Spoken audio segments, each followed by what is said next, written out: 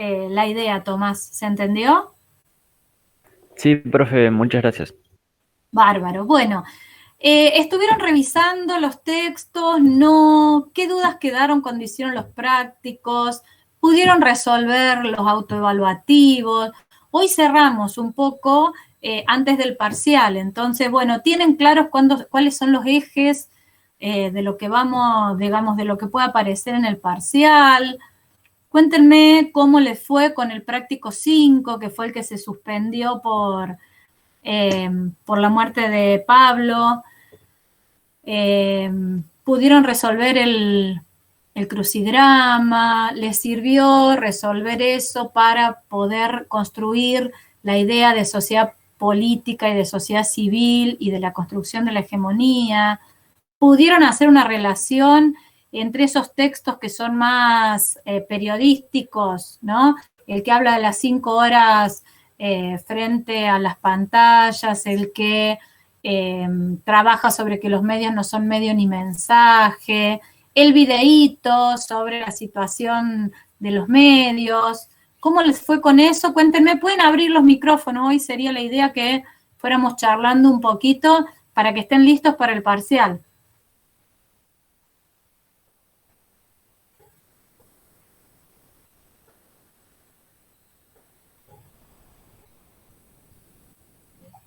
Cric, cric.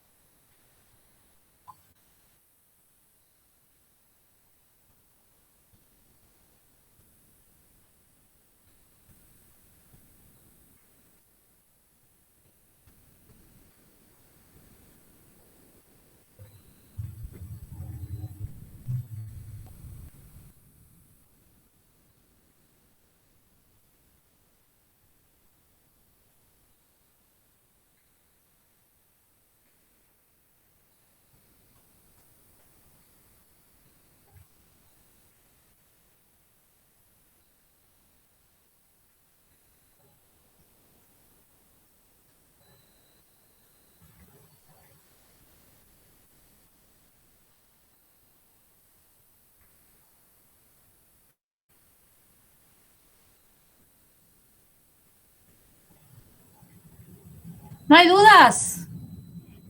¿O están en otro mundo y están conectados porque sí, nomás? La administración de la demanda, Luz, muy bien, temazo, temazo, temazo.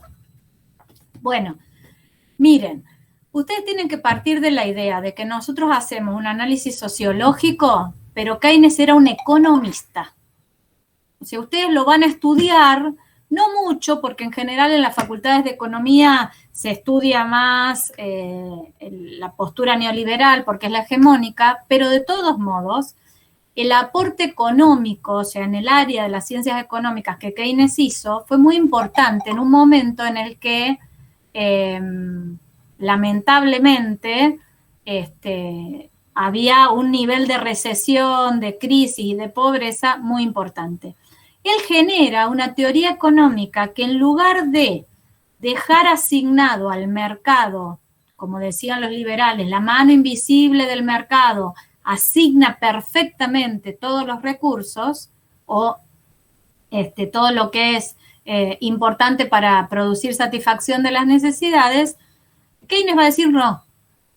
La mano invisible del mercado no asigna porque la acumulación capitalista va a ser, y la anarquía de producción va a ser que los recursos se asignen a lo que me da más rentabilidad y no a aquello que es necesario. Entonces, aún sin dejar de ser capitalista y burgués, él va a decir, el Estado como relación de dominación tiene que tomar un papel más activo en algunos sectores del mercado. Y él va a decir, para que el capitalismo funcione, no hay que garantizar la oferta, hay que garantizar la demanda. Y para garantizar la demanda, él lo que propone es el pleno empleo. El pleno empleo de todos los medios de producción, del capital y de la mano de obra, y obviamente de los recursos naturales o de la tierra, ¿sí? Pero va a centrar su análisis en el pleno empleo de la mano de obra.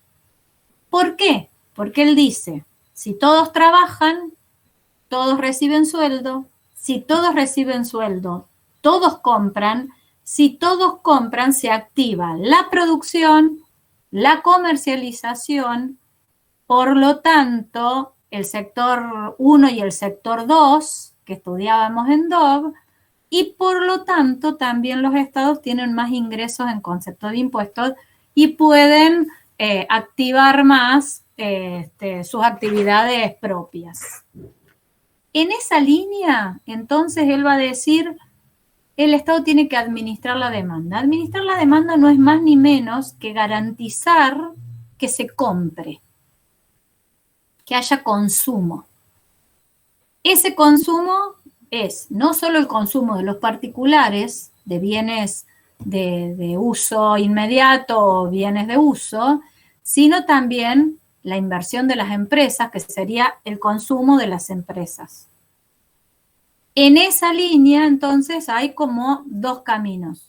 Un camino es cubrir los ingresos de aquella ciudadanía que es ejército industrial de reserva, y ahí van a aparecer ya en aquel momento, desde 1932 en adelante, todo lo que son los seguros de desempleo o seguros de paro, le llaman en Europa, todo lo que es lo que nosotros conocemos hoy como asignaciones o planes, que ya son de esa época, no son un invento ni de Argentina ni de ahora.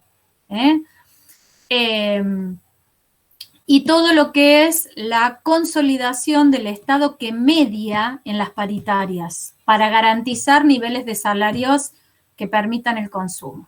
Eso por un lado. Por el otro lado, lo que el Estado va a garantizar son los créditos. Los créditos para que las empresas puedan invertir, pero también los créditos en bienes de uso de alto consumo. Y en ese momento aparecen todo lo que son los créditos hipotecarios, por ejemplo, para comprarse la casa. Por el otro lado, lo que va a garantizar el Estado para que el consumo vaya dirigido al sector privado son lo que nosotros llamamos salarios indirectos, que es toda aquella provisión de bienes y servicios gratuitas por parte del Estado. La educación pública, la salud pública, la seguridad, la justicia. Todo eso va a estar garantizado por el Estado. ¿Para qué? Para que todo el ingreso de las familias vaya destinado al consumo privado, es decir, a comprarle a las empresas. Y además, ahí, a todo eso se suma una actividad más que es, como la anarquía de producción, cuando un bien o servicio no era rentable, mandaba su inversión a otro lado, el Estado se va a hacer cargo de producir bienes y servicios que no son o que no tienen las tasas de rentabilidad necesarias para que el capitalista privado asuma esos bienes y servicios. En general, lo voy a decir así, no es el único caso, pero en general se trata de los servicios públicos. La luz, el gas, bueno, el incipiente teléfono, ¿no? Comunicaciones telefónicas, el transporte público. ¿Por qué no era rentable? Acá tenemos que volver al concepto de capital constante y capital variable, porque son sectores de la economía que necesitan mucha inversión fija, o sea, mucho capital constante. La inversión para una línea de luz, para un trazado férreo, para las rutas, para el gas, es una inversión altamente costosa. Entonces, para un capitalista privado, recuperar esa inversión y empezar a ganar era algo que no estaba en los planes, o sea, no era rentable. Entonces el Estado, en ese momento, deja de ser solamente gendarme para pasar a ser proveedor de bienes y servicios, con otras lógicas. El cálculo empresarial de las empresas públicas no es un cálculo costo-beneficio, es un trabajo en equilibrio. O sea, lo que necesitan esas empresas es como más parecido a la lógica de las cooperativas. Lo que necesitan esas empresas es algún excedente que les permita la inversión en capital constante, pero no la ganancia o la tasa de rentabilidad que pretenden las empresas privadas. Entonces, la administración de la demanda incluye todos esos elementos. Incluye garantizar el pleno empleo, incluye garantizar el consumo, incluye los créditos para inversión y para bienes de uso muy costosos, incluye los seguros, los planes, incluye la jubilación, la seguridad pública, o sea, la seguridad social que le llamamos hoy, incluye la garantía a las obras sociales. ¿Por qué? Porque garantizando esa masa de dinero, el Estado keynesiano garantiza el consumo. Y si garantiza el consumo, garantiza la rentabilidad del sector privado. O sea, garantiza la plusvalía. Al garantizar el empleo, garantiza la plusvalía. Y esa plusvalía se vuelca al mercado. Esa es la lógica que Keynes propone cuando dice los estados tienen que garantizar la rentabilidad, tienen que garantizar la acumulación capitalista. Bueno, si dejamos todo en la mano del mercado no se garantiza. ¿Por qué? No se garantiza porque en realidad los empresarios cada vez disminuyen más su inversión en capital variable para ganar más. Entonces el nivel salarial y el nivel de los ejércitos industriales de reserva es tan grande que no hay consumo. Entonces no me sirve de nada a mí una plusvalía que esté devengada pero que no pueda ser realizada. Yo lo que necesito es que la plusvalía se devengue y se realice. Vayan a contabilidad para esto. Devengada es una ganancia que yo sé que voy a tener, pero realizada es cuando la cobré. ¿No? Bueno. Todas esas acciones estatales, todas las políticas públicas destinadas a eso, son parte de la administración de la demanda. Básicamente es eso, garantizar el pleno empleo para que se garantice el consumo, para que se garantice la acumulación de capital. ¿Sí? Hay un foco, luz, en esto que es, cuando yo garantizo la demanda en el sector privado, voy a garantizar también que el Estado tenga ingresos a través de impuestos. Con esos ingresos, el Estado puede brindar eso que yo te decía respecto de la salud pública, la educación pública, la seguridad, etcétera, etcétera. ¿Sí? Y con esos ingresos también en un presupuesto público pueden ser destinados a la obra pública, y la obra pública lo que va a garantizar es también más trabajo y más consumo a las empresas, porque digo, está bien que el Estado en la obra pública es el que va a contratar a los empleados, ¿no? Vialidad Nacional, Ferrocarriles Argentinos, etcétera, etcétera, pero es cierto también que para llevar adelante esa obra pública yo tengo que comprar bienes y servicios que son del sector privado. No, ponerle el ejemplo que quiera, pero tengo que comprar cemento, tengo que comprar ladrillo, tengo que comprar ventanas, tengo que comprar asfalto, es decir, todo aquello que yo utilice en la obra pública. Y además tengo que consumir luz, ¿no? Algunas cuestiones. Entonces, la obra pública siempre fue una dinamizadora de la economía de los países. Entonces, el Estado, cuando administra así la demanda y garantiza la rentabilidad de las empresas, ¿qué va a lograr? Va a lograr que también sus ingresos aumenten, y al aumentar sus ingresos puede aumentar el gasto. Cuando yo les explicaba Esto en el práctico que trabajamos sobre Estado les decía, cuando ustedes estudien en economía la fórmula del PBI, que van a estudiar consumo, más inversión, más gasto, más exportaciones, menos importaciones, esa fórmula, que es la fórmula de el PBI desde la mirada del gasto o desde la mirada de la demanda, bueno, es una fórmula keynesiana. ¿Por qué? Porque está analizando el PBI desde la demanda agregada. Agregada es cuando sumamos valores o sumamos variables, ¿no? Entonces, ¿qué vamos a analizar? Vamos a analizar la demanda de las familias en sus consumos, la demanda de las empresas en sus inversiones, la demanda del Estado en el gasto público y lo que llamamos la demanda del gasto externo o del sector externo, que es exportaciones menos importaciones.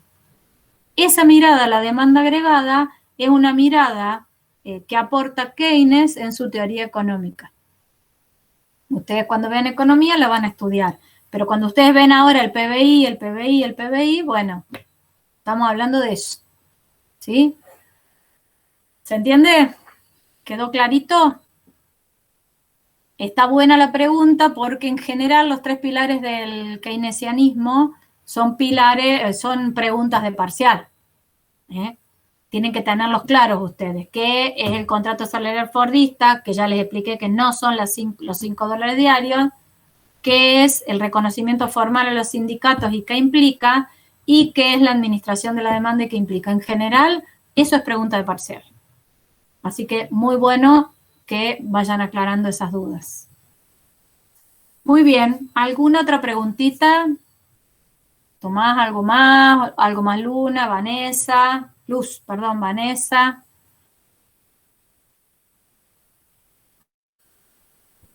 Hola, profe. Hola, Luz. Una consulta, si tuvimos que definir Estado, lo vimos en varios autores, pero ¿cuál, digamos, nos referimos o hacemos hincapié, no sé? Mira, Luz, en realidad, a ver, una cosa es que vos definas y otra cosa es que hagas el trayecto histórico sobre las distintas definiciones de Estado. Entonces, si a vos te preguntan la definición de Estado, vos podés partir de una definición de relación de dominación, o sea, de algo ya establecido o la mirada que tiene este marco teórico sobre el Estado, o podés decir, bueno, el Estado se ha ido definiendo a lo largo de la historia de diversas maneras. Las primeras definiciones, según Maquiavelo, hablaba de esto, los contractualistas decían que era esta otra cosa, etcétera, etcétera. Y si no, te podés ir directamente a esa parte del texto de Ubiña que va a definir el Estado como una relación de dominación en la que la ciudadanía otorga determinado poder a un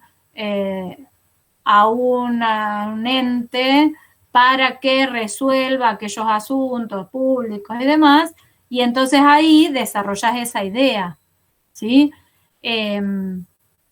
No se olviden que nosotros hacemos el trayecto histórico de las nociones de Estado. ¿Por qué? Porque en realidad se vuelve a esas nociones de Estado. Y ustedes imagínense que todavía hoy se identifica al Estado con el gobierno de turno, y no se analizan los distintos niveles del Estado o los distintos elementos, me gusta decirle a mí, del Estado. No se analiza que una cosa es el aparato estatal, que otra cosa son las políticas públicas, que otra cosa es el gobierno, que otra cosa es el régimen político, ¿no?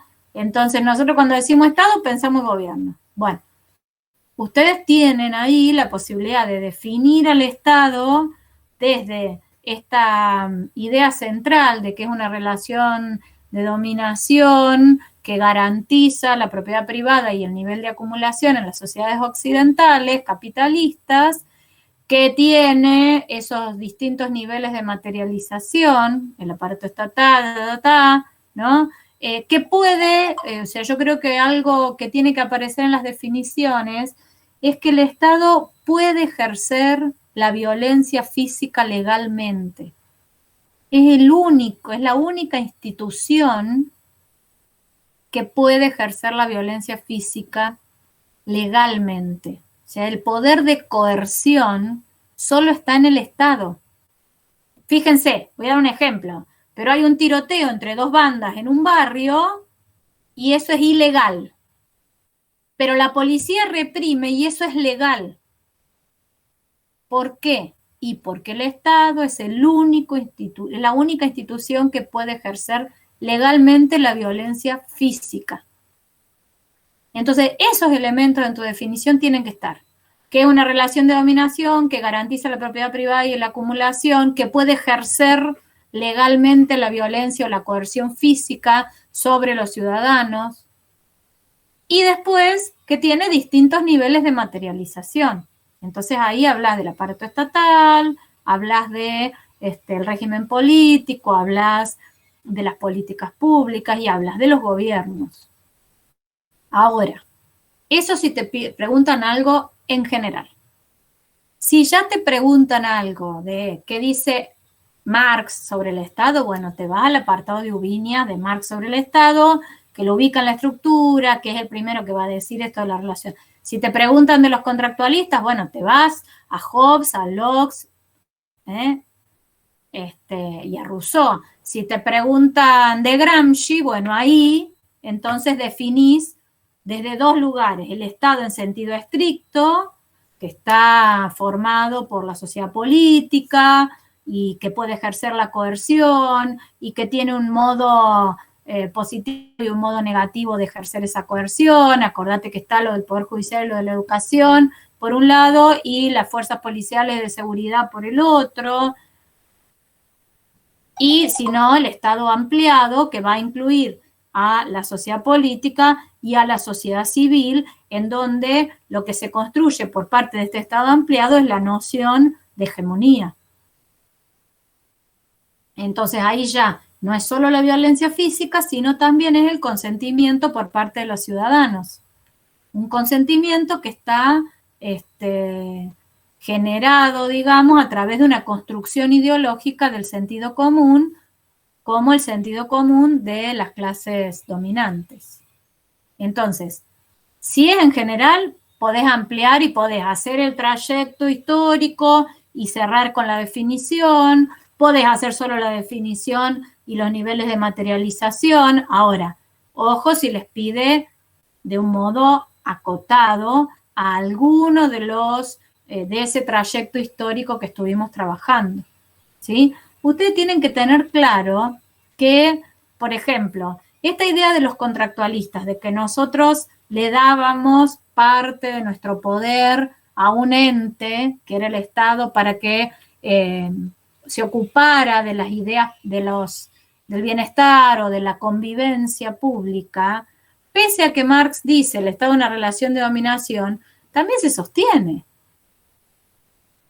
Nosotros aceptamos un montón de cosas y de regulaciones que vienen del poder legislativo, del poder ejecutivo, porque hemos otorgado parte de nuestro poder ciudadano o de nuestro poder social a ese ente para que justamente dirija o gobierne. ¿Y cuál es el problema? El problema es que cuando no, pese a haberle otorgado ese poder, nosotros no respondemos a esas regulaciones o a esas normas, se descajeta la vida social, se desorganiza. Y entonces nos quejamos de esa desorganización. Lo pueden pensar en términos pandémicos, por ejemplo. Nosotros hemos otorgado determinado poder al Estado, no al gobierno, al Estado, para que organice la vida pública. Bueno, en términos pandémicos se organiza la vida pública, por ejemplo, con algunas normativas y nosotros no las cumplimos. Entonces ahí es como que recuperamos nuestro poder o lo que sea que parezca esto y actuamos individualmente sin pensar en la organización social. También digo, acá nos tendríamos que meter un poco más en los tipos de estados, ¿no? Porque los estados liberales otrora y neoliberales ahora, han generado determinadas subjetividades que se manifiestan en el sentido común de las personas. Entonces nosotros tenemos una subjetividad profundamente neoliberal. Nosotros decimos, el Estado no puede imponer restricciones porque la responsabilidad es personal, pero después nuestra responsabilidad no es social, es individualista. Pienso en lo que yo quiero, en mis aspiraciones o en mis intereses. Y ahí es donde se produce cierta grieta entre la vida social y la vida individual o particular, y en los discursos. Entonces, bueno, Luz, tenés que atender muy bien a la consigna. De hecho, si a vos te genera dudas la consigna, bueno, preguntá. ¿No? O sea, si vos te toca una pregunta que no entiendas la consigna, o sea, qué es lo que quiere tal o cual docente respecto a eso, bueno, lo preguntás. Eso como, perdón, ¿cómo se pregunta? Me dijeron por foro, entras por la... Mandá un mail, sí, mandá un mail. No sé si está creado el foro de consultas, pero podés mandarle un mail a cualquiera de los profes. En general, vos sabés que están distribuidos los parciales de acuerdo a los profes que hicieron, que los hicieron, digamos, que armamos las consignas. Y no me acuerdo, Barrera. ¿Barrera es tu primer apellido? Sí. A ver, ya te digo, dame 2 minutos.